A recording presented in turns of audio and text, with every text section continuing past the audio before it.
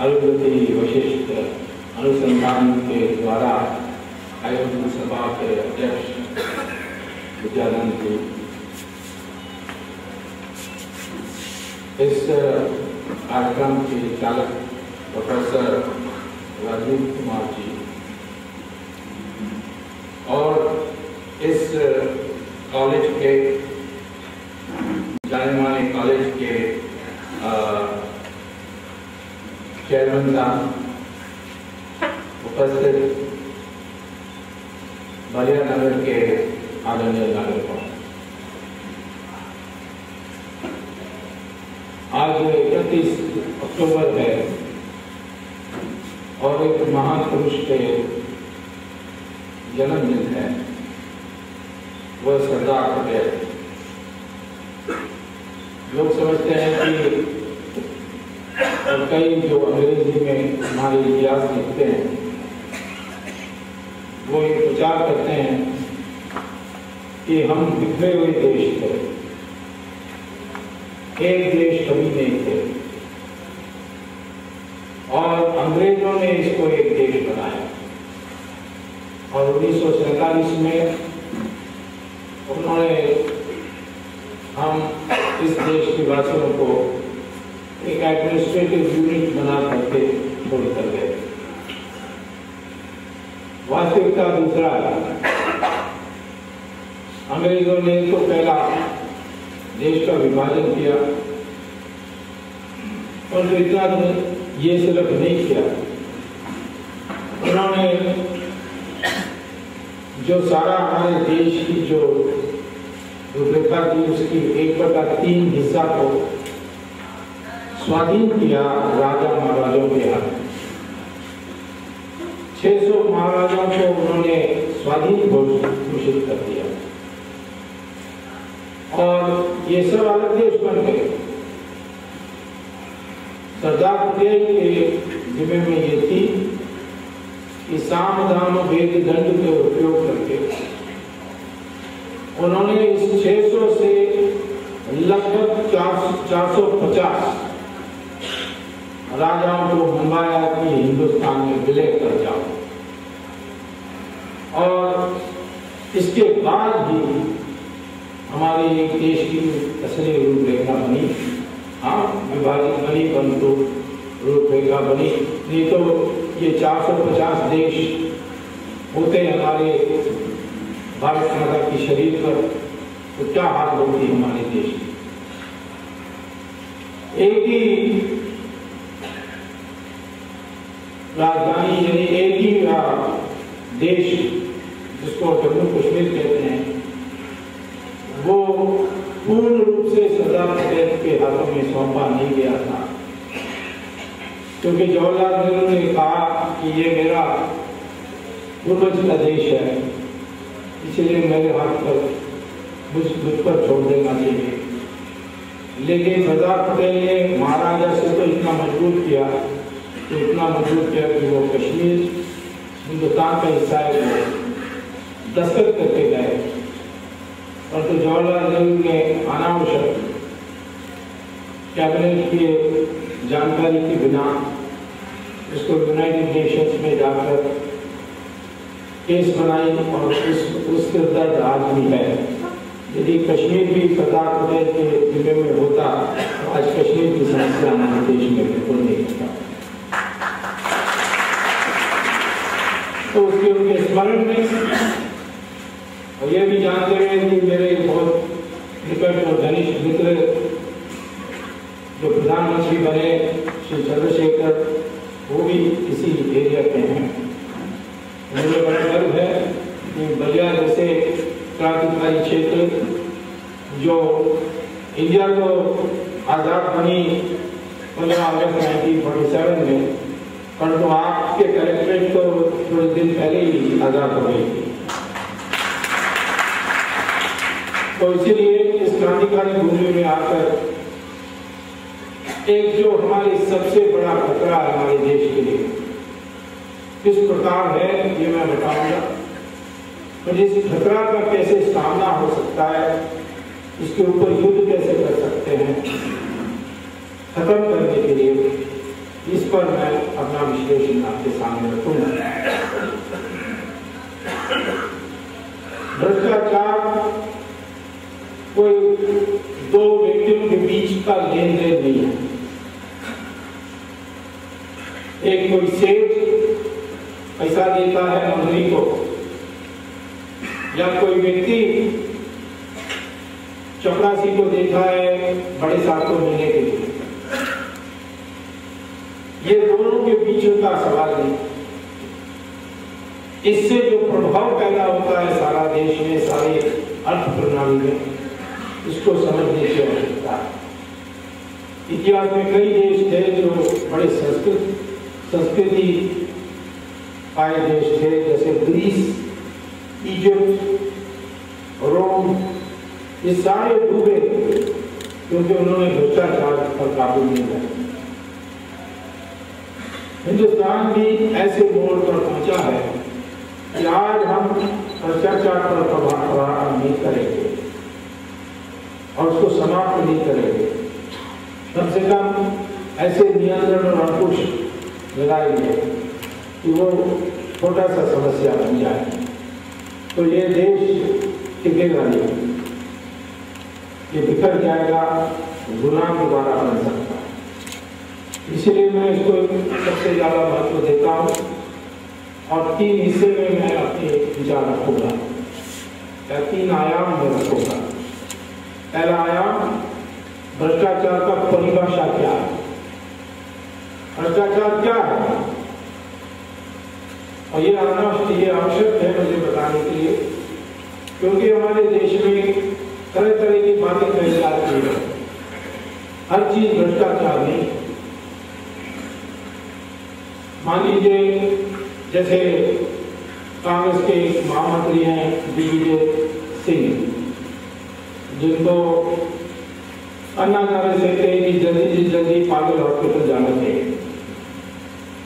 उनकी बातों में तो लगता है कि इस देश की सारी संत जो हैं वो भ्रष्ट हैं। कहते हैं कि रामदेव जो है वो कैश में, रुपए नोट में दक्षिणा लेते हैं और ये काला धन है। अब दिग्विजय सिंह तो जल्दी से काला धन पहचान सकता है, लेकिन रामदेव ने क्या गलती की, किसी ने आपका दान दिया। महात्मा गांधी को भी कैश में देते थे लोग। या कल मैं मेरा काला धन को लेकर मैं टैक्सी में जाऊं और टैक्सी वाला को किराए कैश में दो, तो क्या टैक्सी वाला भ्रष्ट है? इसीलिए हमें थोड़ा सोचना चाहिए बोलने के पहले। अभी किरण बेदी ने एयरफेयर में डबल चार्ज कर दिया, क्या वो भ्रष्टाचार है? तो नहीं है तो क्या है? तो परिभाषा हमें साफ रखनी चाहिए हमारे दिमाग। भ्रष्टाचार पद का दुरुपयोग करके अपने के लिए या अपने परिवार के लिए या अपने मित्र के लिए या किसी और के लिए लाभ पहुंचाता है, पद का दुरुपयोग करके, तब उसको हम कहते हैं भ्रष्टाचार। जो हमारे सत्ता में, हमारे नियम कानून में इसको प्रिवेंशन ऑफ करप्शन एक्ट में करप्शन कहते हैं। बाकी चीजों का नाम दूसरा है, एक्सटॉर्शन, चीटिंग। किरण बेदी ने जो किया उसको हम चीटिंग कह सकते हैं, चीटिंग नहीं है, परंतु आरोप लगना है तो भ्रष्टाचार का नहीं लगना चाहिए। तो इसीलिए भ्रष्टाचार जिससे हम आज हमारी ध्यान जिस पर केंद्रित है, वो भ्रष्टाचार है कि आपको एक सार्वजनिक पद मिला है। जैसे कोई गवर्नमेंट के दफ्तर में आप ऑफिसर बने हैं या मिनिस्टर बने हैं या मेंबर ऑफ पार्लियामेंट बने हैं, एमएलए बने हैं, उस पद की जो शक्ति है, उस पद की शक्ति को दुरुपयोग करके किसी और को फायदा पहुंचाना या अपने के लिए फायदा पहुंचाना या अपने रिश्तेदार को बचाना, उसको हम भ्रष्टाचार कहते हैं। उसी पर हमारे आज ध्यान केंद्रित है। मान लीजिए सड़क बनना है, अब आप आपकी डिस्ट्रिक्ट की सड़क देखकर मैं हैरान हुआ। कई जगह में सड़क बहुत अच्छा है, कई जगह में तो खबर टूट जाती है। ये क्यों है? हमारे सड़क बनाने की कोई बड़ी टेक्नोलॉजी नहीं है, कोई भी सड़क बना सकता है। और हम हिंदुस्तानी दुनिया में चलते हैं सड़क बनाते हुए, मलेशिया में, नाइजीरिया में, इराक में, कई देशों में हमने सड़क बनाई है और लोग आज याद करते हैं। जब अमेरिका इराक की कब्जा की, आक्रमण किए इराक पर, और बसरा से वो बगदाद तक अपने टैंकर ले गए थे सड़क से, तो प्रेसिडेंट बुश ने कहा था युद्ध होने के बाद, सद्दाम हुसैन ने तो कुछ नहीं किया, पर एक काम तो जरूर किया, उसने अच्छे सड़क बनाए। वो भी सद्दाम हुसैन ने नहीं बनाया, उसने इंडियन गवर्नमेंट को कॉन्ट्रैक्ट दिया और हमारे बॉर्डर रोड के जो इंजीनियर थे उन्होंने जाकर सड़क बनाई। विदेशों में अच्छी सड़क बनाते पर तो हमारे देश में बना नहीं पाते, क्यों? इसके पीछे भ्रष्टाचार। जब टेंडर आती है उसको मैनिपुलेट किया जाता है, किसी चंद जिसको चाहते हैं उनको टेंडर मिलती है, वो मंत्री को या ऑफिसर को पैसा देता है और फिर सबस्टैंडर्ड मटीरियल डालता है, जहां उसको पत्थर डालने चाहिए वहां मिट्टी डालता है, एक बारिश आने के बाद खत्म होता है। या कहता है कि मैंने सड़क डाल दी है, कौन जाकर उसकी इंस्पेक्शन करेगा? एक बार अकाल आई थी जिला में, तो डिस्ट्रिक्ट कलेक्टर ने सोचा मुझे पैसा कमाने के लिए क्या करना है,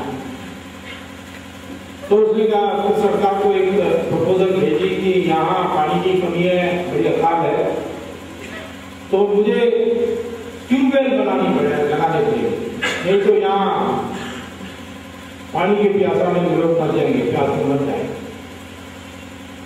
सरकार ने उसको 500 करोड़ रुपए दिया ट्यूबवेल लगाने के लिए सारे डिस्ट्रिक्ट। उसने क्या किया, वो सारा 500 करोड़ रुपए अपने पॉकेट में डाली और फाइल में लिख दिया कि मैंने यहाँ 2500 ट्यूबवेल लगाई। 3 साल के बाद उस कलेक्टर की ट्रांसफर हो गई, दूसरा कलेक्टर आया, उसको पुराना फाइल देख रहा था, देखा कि यहाँ 2500 ट्यूबवेल लगे हुए हैं। उन्होंने सर्वेक्षण किया, देखा कि एक भी ट्यूबवेल नहीं, तो उसको समझ में आ गई बात, तो उसने सरकार को चिट्ठी लिखा कि मेरे पहले जो कलेक्टर थे उन्होंने बहुत अच्छा काम किया, अकाल के समय में उन्होंने बड़े कुएं लगाए हैं, कुएं पैदा करके ट्यूबवेल लगा के पानी का इंतजाम किया, लेकिन अब अकाल नहीं है और इस कुएं में मच्छर बहुत आ गए हैं, तो मुझे पैसा दिया जाए ये सारे कुएं को बंद करने के लिए। और इसलिए सरकार ने उसको 200 करोड़ रुपए भेजा और उसने कुएं को फाइल में बंद कर दिया और कह दिया कि अब मैंने सारे 2500 ट्यूबवेल मैंने बंद करा। तो किसी को कोई पता नहीं लग सकता है, यदि 2 ऑफिसर मिल जाएंगे इस तरीके से तो किसी को नहीं पता लगेगा क्या हो। और यही हुआ 2G में। लोग कहते हैं 2G क्या है, हमें समझ में नहीं आ रही है, 2G 3G 1G। Manmohan Singh से किसी ने पूछा 2G क्या है, तो उसने कहा सोनिया जी और राहुल जी।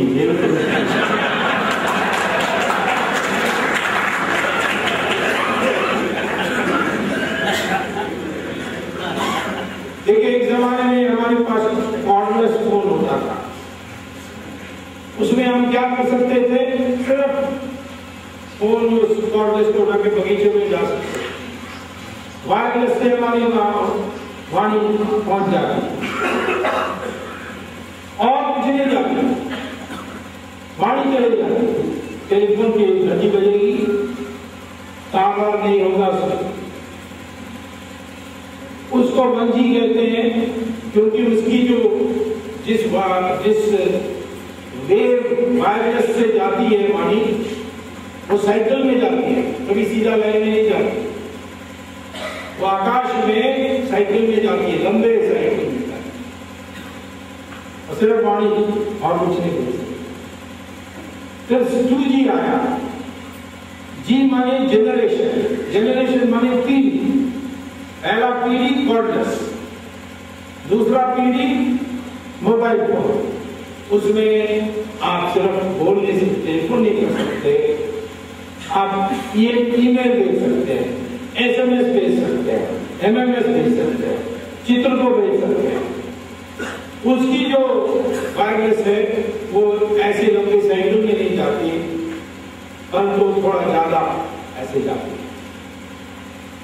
फिर 3G आया, 3G में पहले जो 2G में कर सकते थे वो 3G में, और उसके अतिरिक्त जिसको फोन किया वो फोन उठा गया, ये भी आप वीडियो में देख सकते हैं। तो उसका साइकिल और भी ज्यादा है। जितना आप इंफॉर्मेशन भेजने चाहते हो उतनी एक्स्ट्रा साइकिल होते हैं और एक एक पीढ़ी बढ़ते जाते हैं। तो 3G के बाद 4G आएगा, 4G के बाद 5G आएगा, कई चीजें कर सकते हैं। तो ये है 1G, 2G, 3G, 4G। तो 2G जब आया तो ये तय हुआ कि लाइसेंस देनी है और किस दाम पर देनी है और क्या क्या और कंडीशन लगानी है। 2001 में आई थी 2G। उस समय मोबाइल फोन की संख्या सिर्फ 4 करोड़ थे हमारे देश में। 2008 में जब व्यापक और विस्तार रूप से 2G की लाइसेंस बेची गई थी, उस समय हमारे पास, हमारे देश के लोगों के पास 70 करोड़ मोबाइल फोन, बड़ी डिमांड, बड़ी मार्केट। और इसीलिए आसमान में चैनल्स को बांटनी होती है। अब बहुत सरल करके आपको बता रहा हूं, ताकि ये जो वायरलेस वेव्स हैं, साइकिल्स हैं, ये टक्कर ना कहीं करें। और आसमान तो लिमिटेड नहीं है, दूसरे देशों का भी मोबाइल सर्विसेज होते हैं। तो इसीलिए सीमित स्पेक्ट्रम होने के कारण और डिफेंस को भी जरूरत है, तो जो डिफेंस छोड़ देगी आपके लिए, उसमें से बांट के सबको देना होता है। तो जब सीमित है तो डिमांड इतनी बड़ी है तो दाम बड़े कुछ ज्यादा होगा। तो 2008 में राजा ने अपनी पद का दुरुपयोग करके कहा कि हम 2001 के दाम पर बेचेंगे। क्यों हम मोबाइल सर्विसेज को चीप करने चाहते, सस्ता करने चाहते। अब सरकार को इसमें सस्ता करना है, वैसे 2000 की दाम तय करना है तो फिर चावल और गेहूं का भी 2000 दाम पर लोगों को बेचना चाहिए, तो सिर्फ मोबाइल सर्विसेज को भी 2000 के दाम पर। लेकिन इन्होंने, राजा ने ये कारण तो दिया और उन्होंने तरह तरह की धांधली करके उसने ये चंद चुने हुए लोगों को लाइसेंस दिला। कई लोग पहले से थे, जैसे आता था, लेकिन कई ऐसे बिल्कुल नए लोग आए जिन्होंने टेलीकॉम में काम ही नहीं किया। वो जमीन बेचना और जमीन खरीदने के काम में थे, रियल एस्टेट कंपनी थे। एक का नाम था स्वान और दूसरा का नाम था यूनिटेड। ये दोनों कंपनी को किसी तरह से हमें दिलाना, ये राजा ने फैसला किया और उसने सारे नियम इधर उधर बदल के उसने कहा कि 2000 दाम पर बेचेंगे। और इन दोनों कंपनीज ने खरीदने के बाद, उनके पास तो टावर नहीं, इक्विपमेंट नहीं, कुछ नहीं, वो क्या करने वाले हैं? और लाइसेंस को लेकर उन्होंने 2 विदेशी कंपनीज जो ब्लैकलिस्टेड कंपनीज थे, उनको उन्होंने बेचा। किस दाम पर बेचा? 8 गुना दाम पर बेचा। तो सस्ता करना था तो फिर सीधा बेच देते विदेशी कंपनी को, सरकार अच्छे कंपनी को बेच देते। ये दोनों को बेचना प्रतिबंध था उस पर। एक का नाम था एटिसलात। एटिसलात दुबई में हेडक्वार्टर है और हमारी होम मिनिस्ट्री जब शिवराज पाटिल मंत्री थे उन्होंने बड़ी लंबी चौड़ी रिपोर्ट तैयार की और उस रिपोर्ट में लिखा था कि ये जो एटिसलात है ये पाकिस्तान का मंच है, ये पाकिस्तान का फ्रंट कंपनी है, ISI इसमें काम करती है और इनको आप लाइसेंस दोगे तो आपके टावर लगाने इसमें बहाना में वो पाकिस्तान के दूसरे के लोग तब भी इसने बेचा। नियम था कि 3 साल के पहले लाइसेंस मिलने के बाद बेच नहीं सकते हो, लेकिन उसका उल्लंघन किया और 8 गुना दाम पर बेचा तो स्वान को 8 गुना लाभ मिला। कुछ ना करते हुए लाइसेंस मिल गया, उसको बेच दिया। 1651 करोड़ रुपए में उन्होंने लाइसेंस खरीदा, उसका 8 गुना दाम पर उन्होंने बेचा। 10 गुना दाम पर बेच सकते थे क्योंकि मार्केट का दाम 10 गुना था 2001 के तुलना में, परंतु उनको भी मुनाफा चाहिए था। उन्होंने खरीदा। एटिसलात ब्लैक लिस्टेड टेलीनॉर जिसको यूनिटेक ने बेच दिया अपना लाइसेंस। उसके ऊपर आरोप था कि ये चाइना का मिलिट्री का इक्विपमेंट यूज करती है जो साइबर वॉरफेयर में उपयोग हो सकता है और इंडिया और पाकिस्तान, इंडिया और चाइना के बीच में युद्ध हो तो ये कंपनी की इक्विपमेंट को उपयोग करके डिफेंस इलेक्ट्रॉनिक्स, डिफेंस की कंप्यूटर सबको फेल कर सकती है, लेकिन बेच दिया और मुनाफा खूब। यदि सरकार नीलाम करती, जो सरकार को 9 टेलीकॉम कंपनी से जो पैसा मिला लाइसेंस बेच करके 2001 के दाम पर, उसको 8 गुना करिए, आपको 1,20,000 करोड़ रुपए मिला।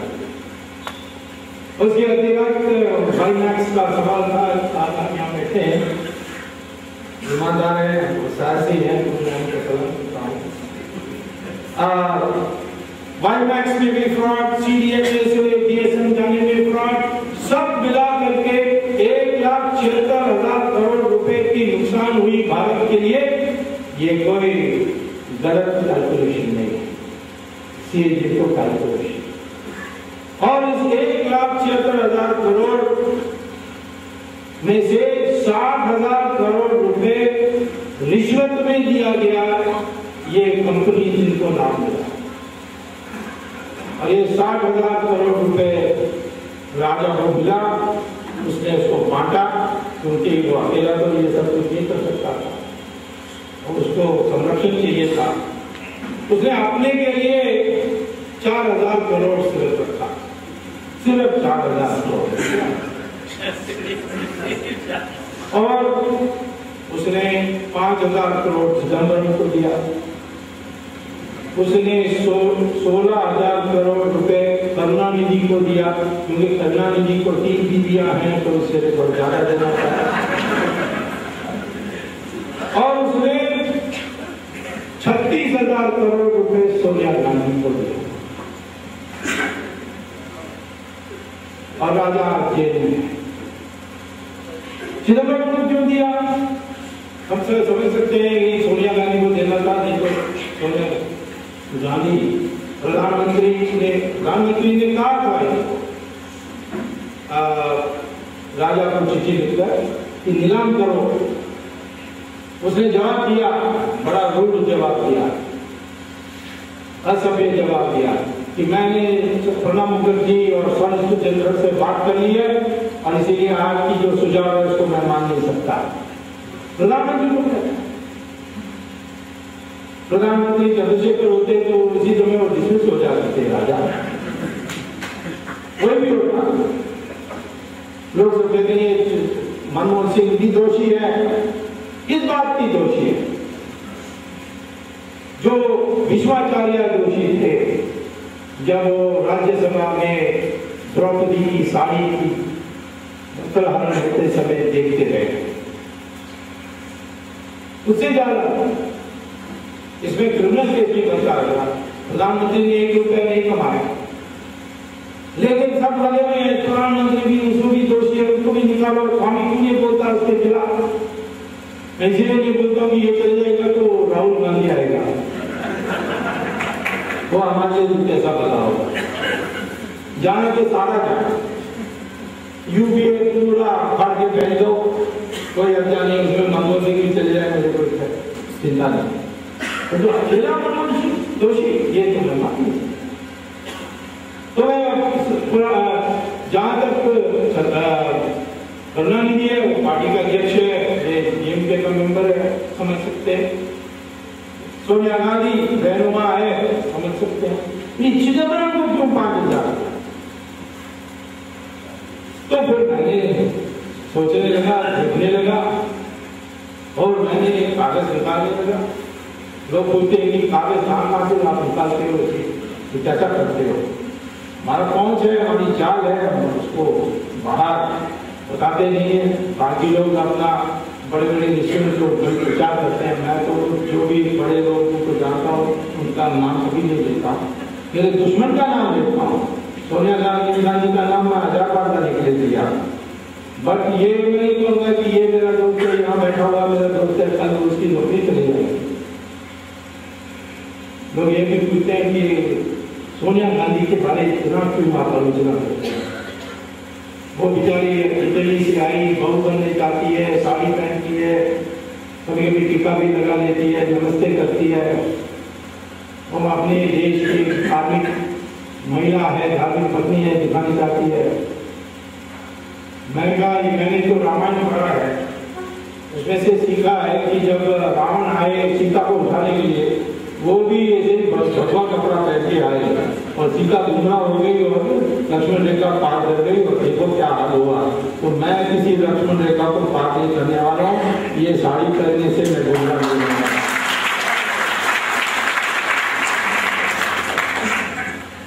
तो ये जब मैंने कागज देखे तो दिखाई पड़ा कि जिसमें भी राजा ने दस्तखत किया उसमें चिदंबरम का भी दस्तखत है।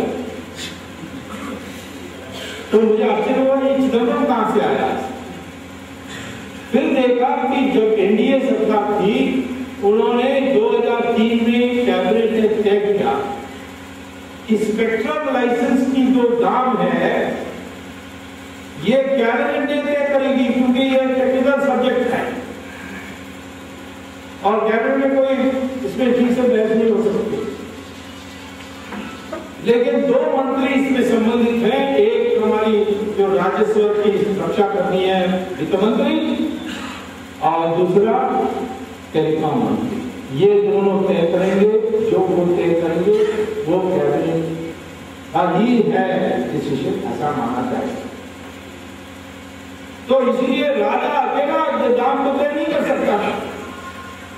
2001 की दाम तय किया, जब 2001 की दाम लागू होनी चाहिए थी, ये आरोप है राजा के ऊपर, वो आरोप उतना ही लगता है इसके ऊपर, चिदंबरम के ऊपर। और फिर ये भी है कि चिदंबरम के ऊपर सीबीआई ने जांच नहीं किया, राजा के ऊपर किया। तो फिर मैंने पता किया क्या बात है, तो पता लगा कि सीबीआई के सारे जो ऑफिसर्स हैं आईपीएस, उनका कॉन्फिडेंशियल रिकॉर्ड और प्रमोशन होम मिनिस्ट्री चेक करती है, और इसलिए इनको सबको डर है चिदंबरम से, इसलिए मैंने जांच। तो मैं कोर्ट में, सुप्रीम कोर्ट में जाकर करके मैंने एक डाली। बहुत अच्छी बात हमारी देश की आज है जो हम पहचान सकते हैं, पहले हम लोगों ने पहचाना नहीं। जब मैंने राजा के बारे सारी जानकारी मिली, मैंने केस लाने के लिए प्रधानमंत्री से अनुमति मांगी। प्रधानमंत्री अपनी मजबूरी के कारण मेरी चिट्ठी की जवाब नहीं दी। फिर मैंने 4 और चिट्ठी लिखी, तब भी जवाब नहीं दी, क्योंकि हमारे जो प्रिवेंशन ऑफ करप्शन एक्ट है उसमें किसी मंत्री के ऊपर केस डालना है तो प्रधानमंत्री से अनुमति लेनी होगी। पेशाब करने के लिए कोई केस कर देगा। इसीलिए प्रधानमंत्री की अनुमति होगी तभी आप केस ला सकते हो। तो मैंने माना वो कुछ नहीं कर सकते, क्योंकि राजा के रहनुमा तो सोनिया गांधी, तो वो मेरे चिट्ठी की जवाब भी नहीं दे सकते थे। आंख की शर्म भी थी। वो मुझे जानते हैं, दोनों अर्थशास्त्री है, दोनों साथ प्रोफेसर भी रहे हैं। और जब मैं मंत्री था तो दूसरे के प्रधानमंत्री थे, तो ये हमारी सलाहकार थे, इतना भी एडवाइज करते। मैं ही उनको जिनेवा से पकड़ के आया था कि वहाँ क्या कर रहे हो यहाँ। तो बहुत पुराना परिचय होने के कारण मुझे आश्चर्य हुआ। तब मैंने जाकर सुप्रीम कोर्ट में केस डाला। हमारे संविधान जो एक श्रेष्ठ संविधान है, जिसके लिए डॉक्टर अम्बेडकर को बधाई देना चाहिए। उन्होंने आर्टिकल 32, आर्टिकल 226 जो रखी है, बहुत कम संविधानों में जो मिलेगा। उसके अनुसार यदि सरकार काम नहीं करेगी और आपके विशेष अधिकार का कोई उल्लंघन हुआ है, जैसे स्वच्छ सरकार की अधिकार है आपका, और उस अधिकार का उल्लंघन हो है, तो आप सुप्रीम कोर्ट में जाकर के कह सकते हैं प्रधानमंत्री निर्णय नहीं ले रहा है, आप निर्णय ले लीजिए और मुझे अनुमति दीजिए। यही मैंने किया। कोर्ट को गुस्सा आ गया तो उन्होंने प्रधानमंत्री को नोटिस भी भेज दिया। दुनिया में आज तक एक भी आपको उदाहरण नहीं मिलेगा जहां कोर्ट ने देश के प्रधानमंत्री को नोटिस भेजा है कि उस मामले का चिट्ठी की जवाब नहीं दिया। ये हमारे देश में अनुमति मिली। मैंने केस डाल दी राजा जेल के अंदर, और दारों से पता लगा कि उसके जो घनिष्ठ मित्र है, इनकी बेटी कन्नी मोनी, वो भी इसमें है, उसका भी डाला, वो भी अंदर।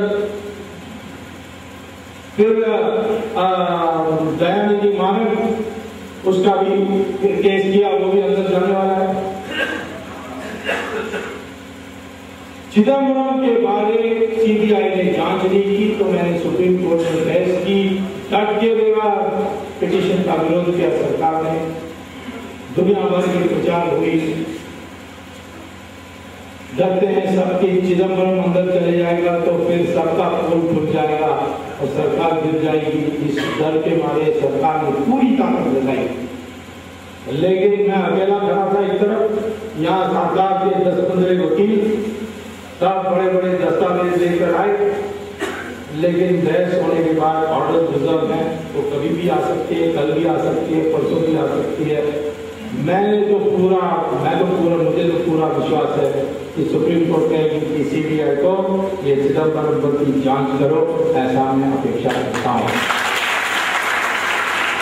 इस अपेक्षा में मैं पटियाला कोर्ट, जो वहाँ ट्रायल कोर्ट चल रही है, सजा देने की, सुप्रीम कोर्ट सीबीआई कैसे काम कर रही है देख रही है। जो पटियाला कोर्ट में, जिसको कहते हैं सेशंस कोर्ट, उस सेशंस कोर्ट में ये ट्रायल चल रही है कि क्या दंड दिया जाए अपराध के लिए। तो वहां मैंने एक और पिटीशन फाइल की है कि राजा के साथ चिदम्बरम को भी सह आरोपी बनाया जाए। उसका सुनवाई 8 नवंबर को आ रही है, और यदि ये सुप्रीम कोर्ट आ जाए वहां तो बहुत आसान हो जाएगी, और फिर चिदम्बरम भी जेल के अंदर। मेरा एक मित्र है, वो जेल की सुप्रीम को जानता है। उसने मुझे थोड़े दिन पहले कहा कि ये जो सुप्रीम है वो थोड़ा आपसे छिड़ा हुआ है। मैंने कहा मैंने क्या किया? वो कहा कि वो बावर्ची जो है कि अब जेल में वो बिगड़ा हुआ है कि ये सारा स्वामी मद्रासी उनको भेज रहा अंदर है, और सब मसाला डोसा इडली मांग रहे हैं, और उसको इडली और मसाला डोसा बनाने नहीं आता है। तो इसीलिए चले हुए। मैं कहा उसको कहो कि तैयारी करें, कल कोई इटालियन महिला आ जाए तो उसको पिज्जा बनाना पड़ेगा।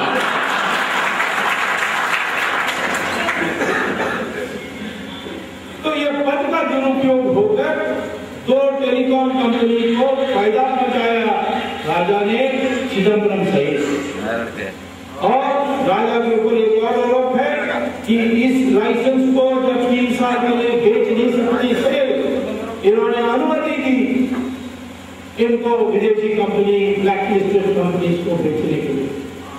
उसमें भी राजा का एक फाइल नोट निकला, उसमें उसने लिखा है कि मैं तो सोचता था कि 3 साल के लिए बेच नहीं सकती हो, पर चिदम्बरम ने मुझे समझाया कि कैसा किया जा सकता है, और उसमें चिदम्बरम का भी दस्तखत है, हाँ मैंने राजा को कहा था किया जा सकता है। तो ये सारे कागज होने के कारण चिदम्बरम भी उतना ही दोषी है। ये सारे पद के दुरुपयोग करके चंद लोगों को लाभ पहुंचाया, अपने के भी लाभ मिला। और इसके अतिरिक्त और भी लोग हैं जिनको खूब मिला। ये 2 कंपनी जो है उसमें से यूनिटेक का बड़ा हिस्सा किसका है? सोनिया गांधी का दामाद भटरा। तो चिदम्बरम का इंतजाम करने के बाद भटरा की बारी आई। हम तो सीबीआई के डायरेक्टर नहीं है, हम तो सबको एक साथ कर नहीं सकते, हमारे पास कोई साधन ऐसा नहीं है ना। मेरे पास एक ऑफिसर्स की बटालियन है जो मेरे हुक्म पर काम कर सकते हैं। तो मैं सब कुछ अपना आप करता हूँ, बहस भी अपने आप करता हूँ। मैं कोई वकील रखूंगा तो वकील को खरीद लेंगे तो क्या सुनूंगा, मैं नहीं कहता हूँ सब, बट कभी होता है। तो इसीलिए मुझे एक एक करना होता है, तो मैं एक एक कर रहा हूं। आखिर तक जाऊंगा तब तक सोने वाला नहीं हूं, ये पूरा करके इसमें सबको सजा मिलने के बाद ही मैं आराम करने वाला हूं।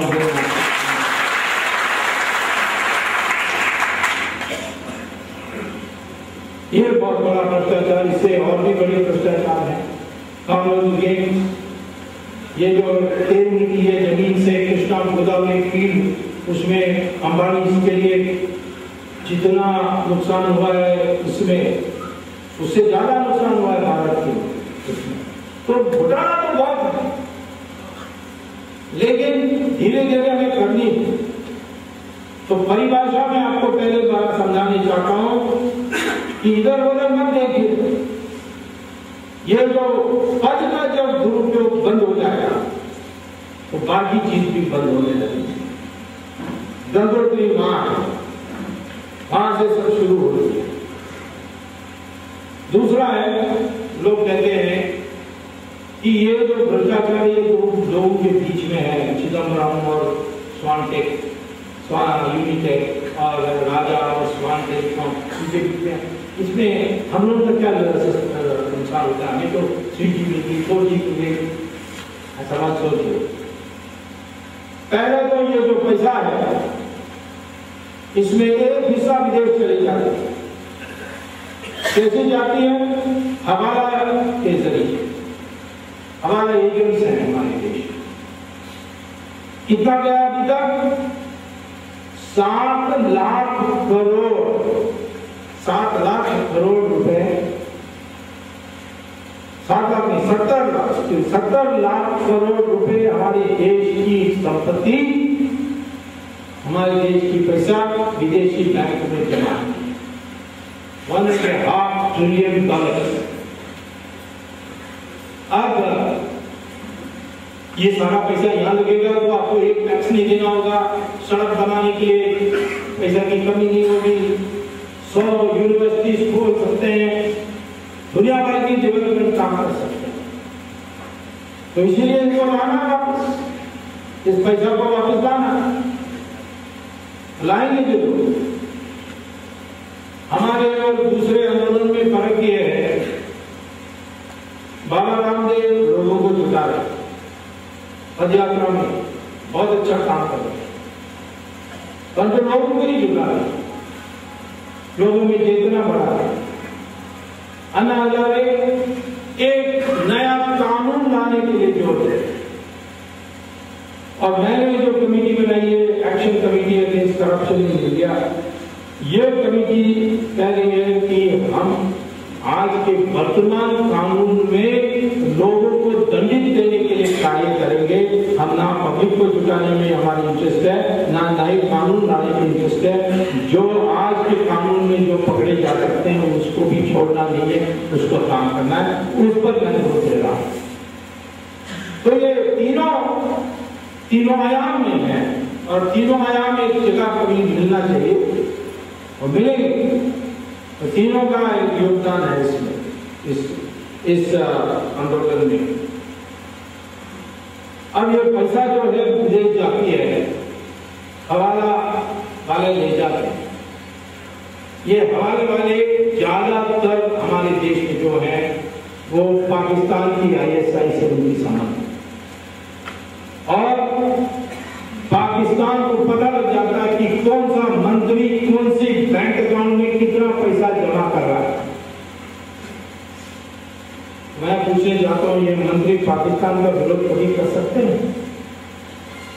डर होगा कि ये नहीं हमारे कोई भूल जाएगा, बातें बाहर निकल जाएगी। आतंकवादियों का मुकाबला हम नहीं कर पा रहे हैं। कई बार ऐसे हमारे देश में लोग सरकार की बात करते हैं कि नहीं गरीबी का समस्या, ये समस्या, वो समस्या, उसको पहले देखना चाहिए। अधिकांश हमारे मिनिस्टर्स ब्लैकमेल होते हैं विदेशी ताकतों से और ये कारण क्या है? भ्रष्टाचार। ये पैसा को विदेशों में जमा करने में वो हवाले के जरिए करते हैं और हवाले वाले सारा बता देते हैं पाकिस्तान बताएंगे तो चाइना को भी बता देंगे, हमारे दुश्मन देशों को सारे को अवसर बता देंगे। दूसरा है ये जो पैसा है जो भारत में रहती है वो पैसा उपयोग किसमें होता है? आजकल सेठ लोग क्या करते हैं कि थोक बाजार में जाते हैं, किसान के थोक बाजार में, और सब्जी खरीद लेते हैं, चीनी का गन्ना खरीद लेते हैं, तेल के बीज खरीद लेते हैं, तेल भी खरीद लेते हैं, सब लेकर भंडार में रख देते हैं, कोल्ड स्टोरेज, और इसे मार्केट में शॉर्टेज और दाम बढ़ रही है। हमारे देश की GDP बढ़ रही है 8%, 9%, लेकिन महंगाई बढ़ रही है 16%। ये कैसा हो सकता है? हम तो इकोनॉमिक्स में पढ़ाते हैं कि जब पूर्ति बढ़ती है, जब सप्लाई इंक्रीज होती है, 8%, 9% में जा रही हो तो सप्लाई तो बड़ी तेजी से बढ़ रही होगी। जब सप्लाई बढ़ेगी दाम कम होगी। परंतु हिंदुस्तान में नया इकोनॉमिक्स है, सप्लाई भी बढ़ेगी दाम भी बढ़ेगी, क्योंकि जमा तो होगा। बड़े बड़े लोग कर रहे हैं, किसी सरकार को हिम्मत नहीं है उन पर छापा मारने की। 2-3 छापा मार दीजिए, देखिए दाम का क्या होगा। इसी पैसा जो है देश में जो रहती है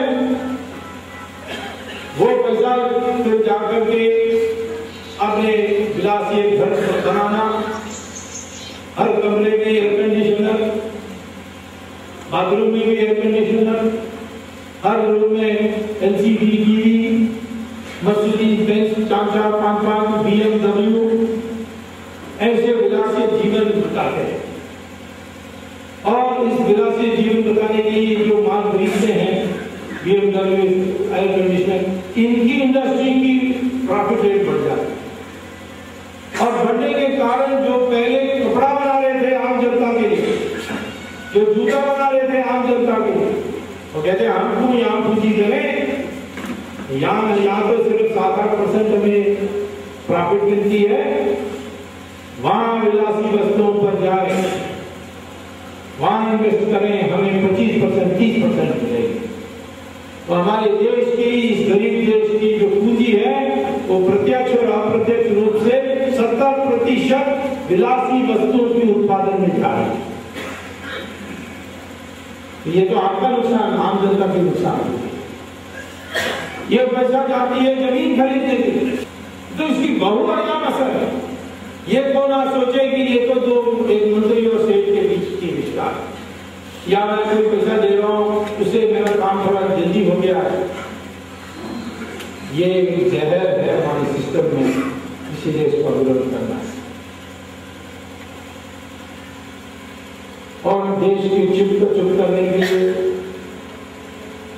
लोगों को भड़का करके वोट लेना, इलेक्शन में पैसा खर्च करना, पार्लियामेंट में वोट लेने में मंत्रियों पर MPs को 5-5 करोड़ रुपए वो फिर जीतने के लिए खर्च करते हैं। ये सारी होगी। मैं निराश नहीं हूँ, क्योंकि मैंने देखा है कि जनता को कभी बात समझ में आ गई तो कुछ भी कर सकते हैं। मैं तमिलनाडु के अभी विधानसभा की इलेक्शन हुई थी तो जा रहा था डीएमके के खिलाफ प्रचार करने के लिए। तो सेलम एक शहर है, वहां से कोयम्बटूर में जा रहा था। रास्ते में एक बुढ़ी महिला खड़ी थी रोड में, उसने मुझे रोका, मैं रुक गया, पूछा क्या बात है? कहा तुम सुब्रमण्यम स्वामी हो? मैंने कहा हाँ। 2G का मामला बिल्कुल नहीं छोड़ना। उसने कहा ये अनपढ़ बुद्धि क्या उसको 2G पता है? मैंने कहा तुम्हें 2G क्या पता है? तो उसने कहा ये कुछ नहीं पता, पर कुछ बुरा हो रहा है इतना पता है, इसलिए इसको छोड़ना नहीं है। हमारे तमिल लोगों का अपमान हो गया, इसीलिए छोड़ना नहीं। एक वोट के लिए करुणानिधि ने 6,000 रुपए दिए थे तमिलनाडु को, उसका तमिलनाडु के वोटर्स को। लोगों ने 6,000 रुपया दिया, एक परिवार में 5 है तो 30,000 रुपया, और वोट करुणानिधि के खिलाफ दिया, और करुणानिधि हार गए। तो मुझे विश्वास है कि लोग इस देश में कभी तय कर देंगे। मैंने इमरजेंसी में भी देखा, उत्तर प्रदेश और बिहार में एक सीट नहीं मिली कांग्रेस को। कौन सोच सकता है ऐसा हो सकता है? तो मैं तो समझता हूं कि आज भ्रष्टाचार की जो खतरा इतनी हो गई है कि आने वाले चुनाव में, ये चुनाव ही हमारी जंग की मैदान है, युद्ध की मैदान है। हम तो हिंसावादी नहीं है, हम तो चाहते हैं कि लोकतंत्र के रास्ते से संविधान के अनुसार बदल आए, और उसमें आप लोग वोट करें, समझदारी के साथ वोट करें। कौन जीतेगा ये मत देखिए, कौन आपको खिला रहा है ये मत देखिए, खिलाने तो वोट खाओ, और जो वोट उसको नहीं देना, जो ज्यादा खर्च करेगा उसको बिल्कुल नहीं देना। इस तरीके से हम कर सकते हैं, परंतु तो हमारी सारी सिस्टम दूषित हो रही है। पैसे के नाम पर पार्लियामेंट में MP जीते जा रहे हैं, तो ये सारा क्योंकि इतना पैसा खड़ा हो, भ्रष्टाचार का कोई हिसाब ही नहीं है। हर साल हमारे राष्ट्र आय के 40% धन जा रहा है। तो इसीलिए हमें सतर्क रहना है। तो सवाल ये आता है कि हम कैसा इसका समाधान निकालें। समाधान निकालने के पहले आपकी मंशा ये होनी चाहिए, एक आशावादी की मंशा होनी चाहिए, ऑप्टिमिस्टिक अंग्रेजी में कहते हैं। हमारे लोग बड़े जल्दी निराश हो जाते। इमरजेंसी में भी जब लड़ रहा था तो लोग कह रहे थे क्या है ये गरीब देश में कहां डेमोक्रेसी किसको समझ में नहीं आती, क्यों लड़ रहे हो आप, कुछ नहीं होने वाला है। बाहर से लोग आते थे, यहाँ कब्जा करते थे, लूट करते थे, हम सब देखते थे। ये भी हम लोग देखते थे, 1000 साल हो जाएंगे, आप अमेरिका में जाकर प्राध्यापक प्रिंसिपल बन जाएंगे, ऐसी सलाह देते थे। जब मैं जिद करता था नहीं मैं लड़ूंगा, तो लोग कहते थे ये आएगी इमरजेंसी कैसे। अब मैं क्या जानूं कैसे जाने जाएगी। गई तो क्यों? इंदिरा गांधी ने इलेक्शन डिक्लेयर कर दिया और जनता ने उसको हरा दिया, तो खुद हार गई। अब मुझे पहले पता होता कि इंदिरा गांधी इलेक्शन डिक्लेयर करने वाली है और खुद हार जाएगी, और ये मैं पब्लिक को उस समय कहता है इमरजेंसी काल में, तो लोग बोलते ये पागल है, इंदिरा गांधी इलेक्शन डिक्लेयर करेंगी और वो हार भी जाएगी, ये कैसा हो सकता है? हवा में बोल रहा है, लेकिन यही तो हुआ। आज मैं कहता हूं कि ये कभी ना सोचे कि दुष्ट लोग पकड़े नहीं जाएंगे, बड़े लोग पकड़े नहीं जाएंगे, उनको पकड़ना है। और उसके लिए कानून नहीं बन जाए तो शायद अन्ना हजारे के जो जन लोकपाल बिल है उसमें एक बात अच्छी है, बाकी बातों पर मैं बहुत इम्प्रेस नहीं हूँ, मैं ध्यान भी नहीं देता हूँ। एक बात उसमें अच्छा है कि एक लोकपाल होगा, वो उसके पास कोई अर्जी जाएगी, जनता की उस अर्जी को लेकर वो CBI को सीधा हुक्म दे सकता है कि जांच करो। आज नहीं हो सकता। आज हमें सैंक्शन लेना होता है, मंत्री के ऊपर आरोप है तो हमें प्राइम मिनिस्टर की अनुमति लेनी होती है। सेक्रेटरी ऑफिसर जॉइंट सेक्रेटरी के ऊपर आरोप है तो सेक्रेटरी के ऊपर से अनुमति लेनी होती है। ये जो अनुमति लेने की बात है इसमें देर हो जाती है और जो साक्षी हैं जो आधार है सब कुछ जाते हैं तो वो आ जाए तो मामला सुधरेगा। हांगकांग में एक जमाने में सबसे भ्रष्ट देश माना जाता था, लेकिन हांगकांग ये लोकपाल, उसको लोकपाल नहीं कहा उन्होंने, उसको इंडिपेंडेंट प्रोसिक्यूटर कहा, वो बनाया और 15 साल में सबसे स्वच्छ और शुद्ध देश हांगकांग आज एशिया में बन गया। 140 देशों का रैंकिंग किया है एक अंतर्राष्ट्रीय संगठन ट्रांसपेरेंसी इंटरनेशनल, उसमें हमारा नंबर 90 है। नंबर 1 शुद्ध देश है न्यूजीलैंड और गिनते गिनते गिनते नीचे आते आते हम 90 पर, हमारा पोजीशन 90 है, इतना नीचे। 10 साल पहले ये 76 था, हम गिर रहे हैं।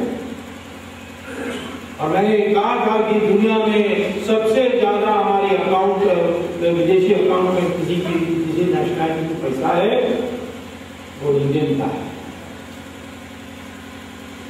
अब क्योंकि आतंकवाद के कारण यूनाइटेड नेशन से कई ऐसे कानून पास किए जिससे अब अकाउंट पता कर सकते और कई देश अब करने लगे। जर्मनी ने 2 साल पहले एक छोटा सा देश है यूरोप में, उसका नाम है लिechtenstein। लिechtenstein में पता लगा कि उनका जो सीक्रेट बैंक अकाउंट है उस जिसको माने किसी को बताते नहीं है इसके नाम पर, उस बैंक अकाउंट में कई जर्मन के ऑफिसर, तो उन्होंने कहा ये तो हम बर्दाश्त नहीं कर सकते, तो लिechtenstein को कहा कि सारा नाम दे दो। तो लिechtenstein ने कहा हम तो सीक्रेट बैंकिंग चला रहे हैं, हम कैसे दे सकते हैं, हमारी सारी बिजनेस ठप हो जाएगी। तब जर्मनी ने क्या किया कि जो सबसे बड़ा ऑफिसर है लिechtenstein के बैंक में उसको खूब रिश्वत दिया और कहा कि तुम सारे जो नाम है अकाउंट है वो सीडी में डालकर हमें भेज दीजिए। तो उस आदमी ने सीडी में दे दिया जर्मन गवर्नमेंट। फिर जर्मन गवर्नमेंट ने उसका डाउनलोड करके छानबीन किया, अनेक देशों के लोगों का नाम थे उसमें, अकाउंट की विवरण भी था। तो उन्होंने देश के हिसाब से बांटा और 24 देश निकले, 24 देशों से लोगों का अकाउंट था लिechtenstein, उसमें हिंदुस्तान भी था। तो उन्होंने सारे 24 देशों को चिट्ठी लिखा, हमारे पास तुम्हारे देश की नागरिकों का बैंक अकाउंट है, आपको विवरण चाहिए तो चिट्ठी लिख दीजिए, आप भेज देंगे। 23 देशों ने तुरंत चिट्ठी लिखा कि हमें भेज दीजिए। एक देश ने नहीं लिखा, वो कौन सा देश? हमारा देश, आज तक नहीं लिखा। तब आप सोचिए, अभी फ्रांस में भी यही हुआ, हांगकांग शंघाई बैंक में नहीं मानते, हसन अली पकड़ा गया, अब उसको पता नहीं वो जिंदा रहेगा कि नहीं। तो क्यों ऐसा क्यों है? क्योंकि हमारे देश के जो उच्च कोटि पद में बैठे हुए लोग हैं उन सबका बैंक अकाउंट है। सोनिया गांधी का 1 लाख करोड़ रुपए विदेशों में, चिदम्बरम दूसरा नंबर में 50,000, धोती कुर्ता पहनता है परंतु वो बाहर जाने के बाद सूट पहनता है। तो 50,000 करोड़, 35,000 करोड़, ये गरीब देश के कोई योग्यता नहीं, कोई काम नहीं, कोई श्रम नहीं, 50,000 करोड़। तो ये सारा जो विदेशी बैंकों से निकालवाने के लिए हम हमारी कमेटी ये सारा होने के बाद हम भेजेंगे एक टीम यूरोप में और सब नाम लेकर आएंगे। तब भेजूंगा, मैं नहीं बताऊंगा, नहीं तो एक बीच में उनको कहीं पकड़ लेंगे, पता नहीं उसका लापता कर लेंगे। तो ये सारी धर्म हमारे देश में वापस आनी चाहिए। इसके लिए रास्ते हैं। भ्रष्टाचार को समाप्त करने के लिए हमें दो स्तर पर काम करने होंगे, एक अल्पकालीन और दूसरे दीर्घकालीन। अल्पकालीन में क्या करना चाहिए? एक तो टेक्नोलॉजी लानी चाहिए। रेल रिजर्वेशन में 1970 से 1980 में कितनी 85 तक कितना मुसीबत होता था। रेल रिजर्वेशन में कितना रिश्वत देना होता था, काउंटर में देना होता था, टिकट कलेक्टर को देना होता था। फिर राजीव गांधी की दिलचस्पी के कारण ये कंप्यूटराइज हो गया और कंप्यूटराइजेशन होने के कारण आज लगभग रिजर्वेशन में कम से कम कोई भ्रष्टाचार नहीं है, क्योंकि सिस्टम बन गए। वेटिंग लिस्ट को नहीं बदल सकते हैं, पहले तो बदल सकते थे, कलम से बदल सकते हैं, अब कंप्यूटर सॉफ्टवेयर में बदल नहीं सकते। वैसे ही पहले जहाँ फॉर्म किसी बात की चाहिए थी, जमीन का पट्टा चाहिए, ऑफिसर के कमरे के सामने जाओ, चपरासी पैसा मांगेगा, ऑफिसर मांगेगा, अब वो कंप्यूटर में टाइप करो, अपने आप प्रिंट आउट हो जाए। इस तरीके से हम एक हद तक भ्रष्टाचार को खत्म कर सकते हैं। दूसरा है अच्छे कानून बनाए, जैसे अन्ना हजारे है, उसमें एक ही बात मुझे चाहिए, आज के कानून पर्याप्त, एक बात पर कमी है, ये सैंक्शन वाली बात, अनुमति लेने की बात, इसको समाप्त कर दो, सबकी जीवन। तो ये सारे अल्पकालीन की बातें होती हैं। दीर्घकालीन पर हमें सोचना चाहिए, हमारे देश में इतना भ्रष्टाचार क्यों हुआ? शुरू में हुआ 1947 के बाद, जब जवाहरलाल नेहरू ने ये सोवियत रूस की जो लाइसेंस कोटा वाली प्रणाली लाई और जिसके पास परिचय था, मंत्री के पास अप्रोच था, कॉन्टैक्ट था, संपर्क था, उसको लाइसेंस मिली, वो ब्लैक मार्केट में बेचता था। यही होता था, ललित नारायण मिश्रा थे रेलवे मिनिस्टर, यही काम करते थे जब वो कॉमर्स में थे। तो इस तरीके से भ्रष्टाचार शुरू हुआ। लेकिन ये सिस्टम जाने के बाद, बाजारी प्रणाली आने के बाद क्यों ज्यादा हो गई? उसका कारण है अंतरराष्ट्रीयकरण, ग्लोबलाइजेशन। ये ग्लोबलाइजेशन में क्या होगा? पैसा कमाओ, नाम कमाओ। धीरे धीरे हमारे देश में क्या बन रही है कि जिसके पास ज्यादा पैसा है उसके समाज की उसमें प्रतिष्ठा, जिसके पास पैसा ज्यादा है वो चुनाव लड़ सकता है, जीत सकता है, जिसके पास पैसा है उसको अच्छी प्रमोशन मिल सकती है। तो पैसा बढ़ गई है आपकी समाज में, आज समाज की प्रतिष्ठा का मापदंड। ये हमारे समाज सनातन धर्म के विरुद्ध में। हम तो कभी पैसे को इतना उच्च स्तर दिया नहीं। लक्ष्मी की पूजा करते हैं, लेकिन दान भी करना ये भी हमारा धर्म है।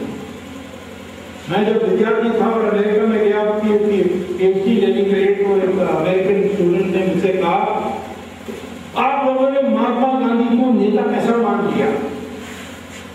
मैंने कहा क्यों? वो तो आधा नंगा है। मैंने कहा तुम्हारे देश में नेता कैसे होते हैं? ओ सूट बूट पहन करके बड़े शानदार ड्रेस और जूता, चमकता हुआ जूता। ये ऐसा नहीं होगा तो नेता नहीं हो सकता।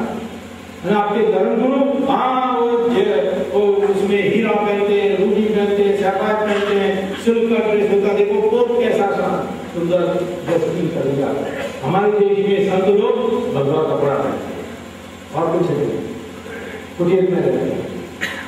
तो इस प्रकार से क्या हमें दिखता है कि हमारे समाज में ये जो पैसा है, विलासीय जीवन है, ये समाज में प्रतिष्ठा नहीं देती। दो महर्षि थे, भृगु और भारद्वाज, इन्होंने बैठ करके समाज की रचना के लिए सोची थी। तो उस समय भृगु ने कहा कि 4 आयाम हैं सत्ता के, एक है विद्या, दूसरा है शस्त्र, तीसरा है धन, चौथा है भूमि। ये चारों का वितरण हो जाना चाहिए, विकेंद्रीकरण हो जाना चाहिए। किसी व्यक्ति के पास एक से ज्यादा नहीं होना चाहिए। और जिसके पास विद्या है उसके पास शस्त्र नहीं होना चाहिए, उसके पास धन नहीं होना चाहिए, उसके पास जमीन नहीं होना चाहिए, उसको ब्राह्मण कहा गया। क्षत्रिय के पास शस्त्र होगी लेकिन नीति बनाने में वापिस ब्राह्मण के पास जाना पड़ता है। जिसके पास पैसा जो वर्ण थी उनके पास पैसा था परंतु दान देने से उनकी प्रतिष्ठा होती। जिनके पास जमीन थी वो देश के लिए अनाज पैदा कर सकते हैं, उस पर उसकी प्रतिष्ठा। और इसीलिए ये विकेंद्रीकरण की समाज हुई, लेकिन कहीं जन्म से जुड़ गया है। कब जुड़ा मैं नहीं जानता, कोई कहते हैं 1000 साल पहले, कोई कहता है 1500 साल पहले, पर पहले तो जन्म से नहीं था। ये तो एक अनुशासन है, वर्ण व्यवस्था अनुशासन है। जाति जो है, हम कुर्मी है, हम यादवा है, ये तो दूसरा है। वर्ण जो है ये 4 है। और इसीलिए आप देखोगे वेद व्यासा के मां मछुआरा थी, लेकिन वो महर्षि बने, माँ बाप बने। इसी प्रकार से वाल्मीकि दलित परिवार में पैदा हुए, लेकिन वो महर्षि बने, रामायण में। दलित परिवार में भी जो थे उनका माँ बाप दलित हो सकते, उनका दलित होना अनिवार्य नहीं। यदि वो इन चारों में से किसी अनुशासन को स्वीकार करेंगे तो उस वर्ण पे हो जाते। और इसी प्रकार से आप देखते हैं ऋषियों के ऋषि कौन थे? विश्वामित्र, उनका माँ बाप क्षत्रिय। और जंगल में शिकार करने वाले कालिदासा महर्षि बने, कवि बने। रावण ब्राह्मण था, बहुत कम लोगों को पता है कि रावण ब्राह्मण था। करुणानिधि को तो बिल्कुल नहीं पता था, क्योंकि वो ब्राह्मण विरोधी था और रावण लीला मनाता था।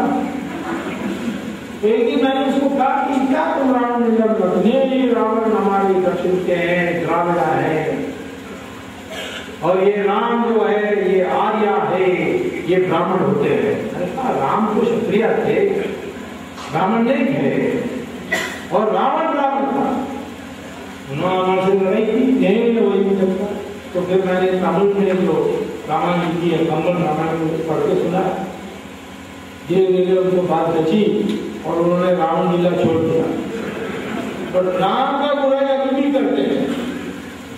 एक दिन चिड़ गए कि राम सेतु, स्वामी कहता है सुप्रीम कोर्ट में, राम सेतु, राम के नाम पर कैसा सेतु हो सकता है? कोई इंजीनियर थे वो, किस इंजीनियरिंग कॉलेज में डिग्री ली उसने?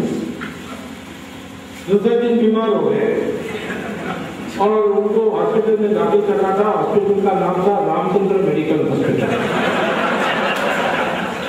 मैंने चिट्ठी लिखा, कम से कम MBBS तो है रावण जाकर मानसरोवर के किनारे पर एक जगह में पूजा की थी, कैलाश के निकट, और शिव भगवान से वर मांगी थी उन्होंने और मिला था।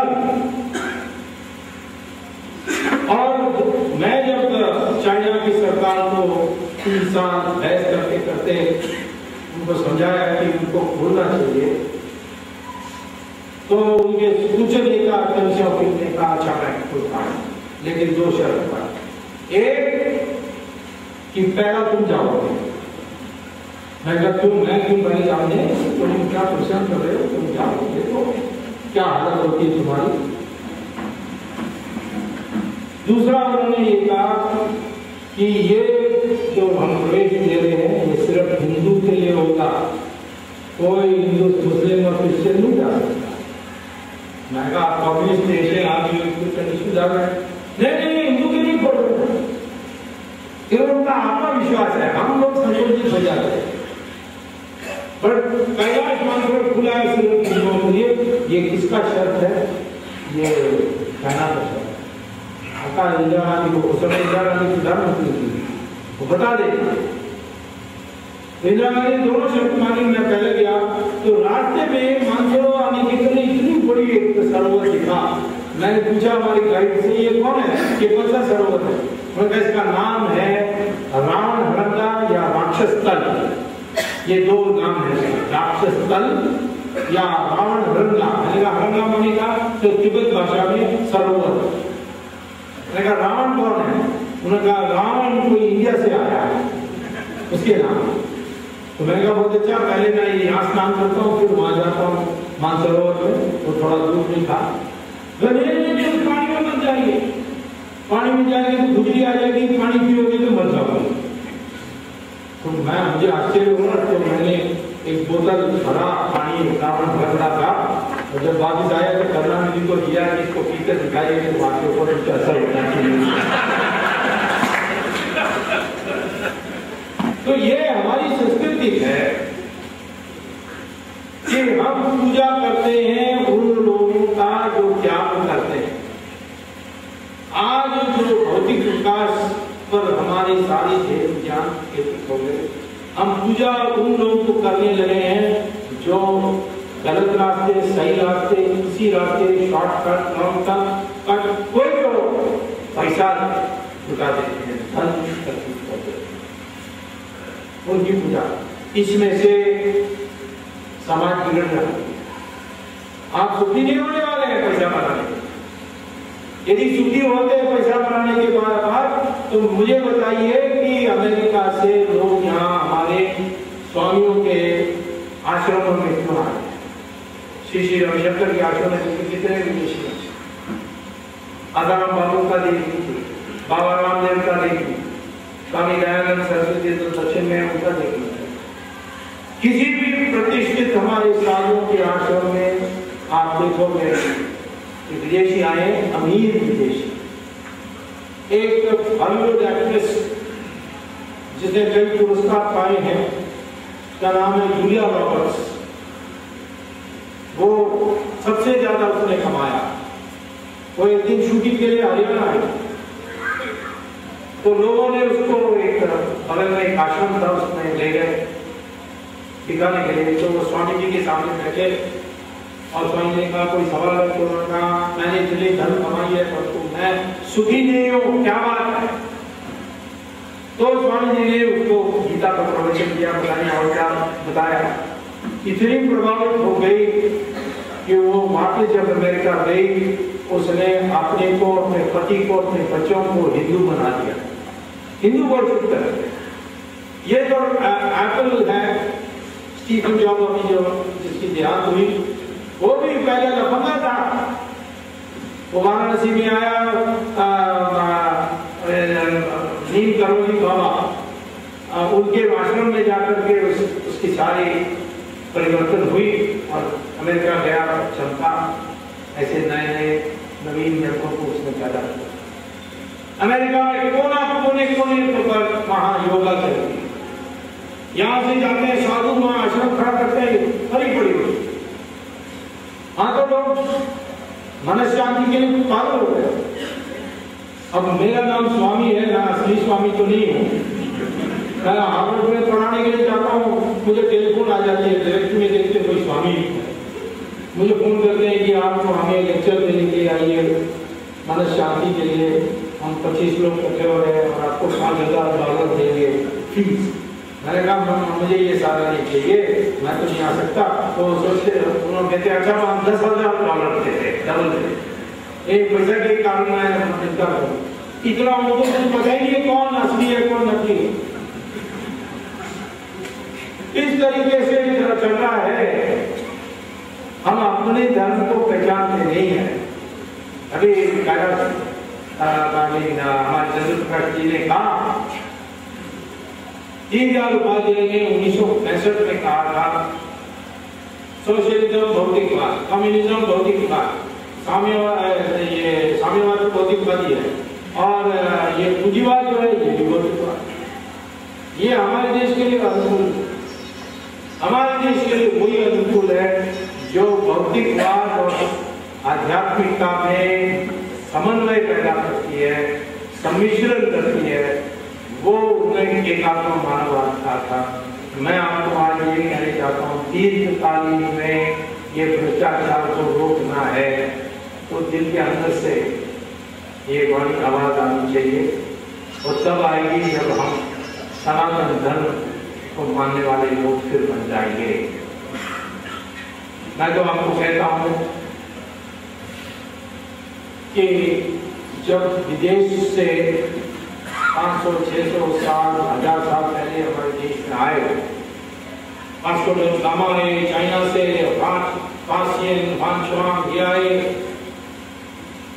अमेरिका से मार्क ट्वेन आए, सबके पुस्तक आप पढ़िए, उसमें एक बात कहते हैं, इतनी ईमानदार देश मैंने हम लोगों ने और लोग कभी नहीं देखा। रात को अपने घर को भी ताला नहीं लगाते, कोई हम सामान गलती से छोड़ के जाएंगे तो हमें पीछा करके जाकर देते हैं, ये पुस्तकों में लिखा है। और यदि भौतिकवाद पर हम करेंगे, क्योंकि हमारी इकोनॉमी भी तेजी से बढ़ रही है, पैसा कमाना शॉर्टकट से, लॉन्ग कट से, जो भी झूठे तरीके से, सच्ची तरह से, जो भी ये जो पागलपन आ गई है हमारे देश में, ये हम काबू में ला सकते हैं लोगों को जेल में भेजकर, बट जितने लोगों को जेल में भेजते हैं उतने लोग लापता हो जाएंगे। तो इसीलिए हमें भावना में बदलना है, ईमानदारी से जो त्याग करता है उसकी पूजा करके जो सनातन धर्म करती है वो वापस लाएंगे, तो दीर्घकालीन में हम इस देश को दोबारा शुरू करके एक महाशक्ति बना सकते हैं। धन्यवाद।